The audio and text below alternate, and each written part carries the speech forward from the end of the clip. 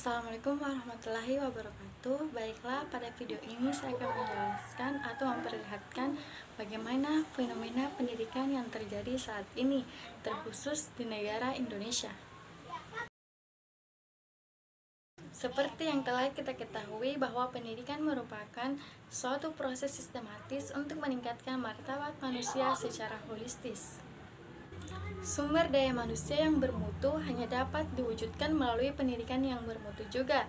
Pendidikan bermutu yang dimaksud dalam hal ini adalah pendidikan yang mampu menggali potensi-potensi positif yang ada di dalam diri seorang peserta didik.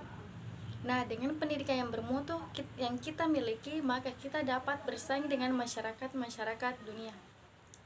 Namun bagaimana dengan pendidikan yang dimiliki oleh negara Indonesia saat ini?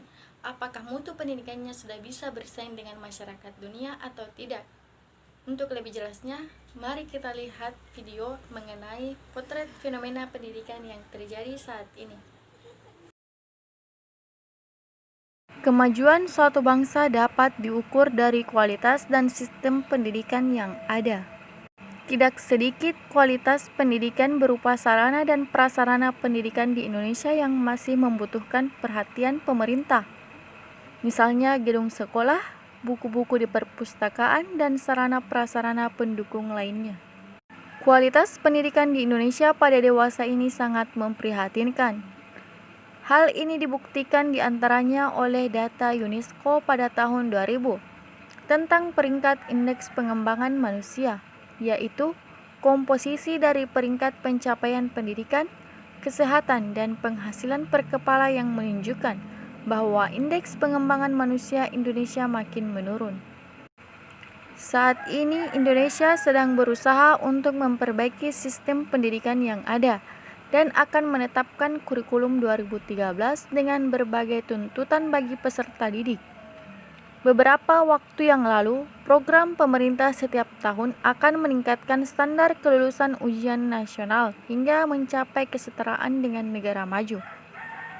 Namun, pendidikan di Indonesia sepertinya sudah kehilangan arah.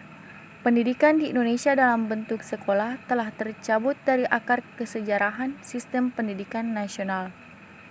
Pendidikan di Indonesia sudah tidak lagi bertumpu pada nilai-nilai dasar pendidikan yang memerdekakan, pendidikan yang menjadarkan, pendidikan yang memanusiakan manusia muda, dan pengangkatan manusia ke taraf insani. Seperti potret kehidupan anak-anak yang berada di daerah Indonesia Timur, yang ingin menimba ilmu di tengah-tengah kesulitan ekonomi keluarga. Bagaimana seorang anak mengayuh sepeda sejauh puluhan kilometer melewati hutan dan rawa yang dihuni buaya ganas untuk mencari ilmu di sekolah. Hingga saat ini pemerintah masih mengalami kebingungan apa yang akan mereka harapkan dan mereka pakai untuk menuju masyarakat pembelajar di negeri ini. Sehingga banyak nilai pelajaran yang diambil dari luar atau diadopsi dari negara-negara yang sudah maju. Ini merupakan suatu kelompok virus yang dapat menyebabkan timbulnya penyakit, baik pada hewan maupun manusia itu sendiri. COVID ini telah melanda 215 negara yang ada di dunia, yang tentunya dengan adanya virus ini membuat masyarakat menjadi resah dan juga menjadi sebuah tantangan tersendiri, khususnya dalam dunia pendidikan. Penyebarannya yang begitu cepat membuat pemerintah Indonesia segera mengambil kebijakan agar seluruh aktivitas akademik dilakukan di rumah saja.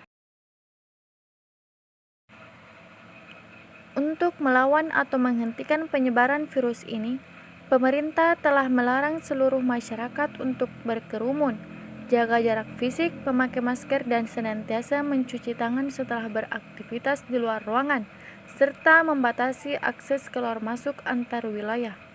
Melalui Kemendikbud, pemerintah telah melarang adanya pembelajaran tatap muka dan memerintahkan untuk melakukan pembelajaran secara daring atau learning from home. Belajar online sendiri merupakan pembelajaran yang berbasis web yang bisa diakses jika ada jaringan internet, yang tentu saja dalam pembelajaran daring ini mempunyai tantangan tersendiri, khususnya di daerah terpencil bagi ketersediaan layanan internet.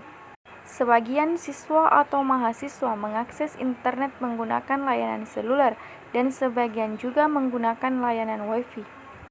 Dari kebijakan pembelajaran daring yang ditetapkan, para siswa atau mahasiswa yang ada di kampung halamannya akan sulit dalam mengakses internet sebab sinyal yang belum memadai untuk daerah-daerah yang terpencil. Hal ini telah menjadi tantangan tersendiri bagi para siswa ataupun mahasiswa dalam penerapan pembelajaran daring dan juga menunjukkan bahwa tidak adanya kesiapan pemerintah dalam menghadapi tantangan-tantangan pendidikan di masa yang akan datang, sehingga sulit untuk bersaing dengan masyarakat dunia.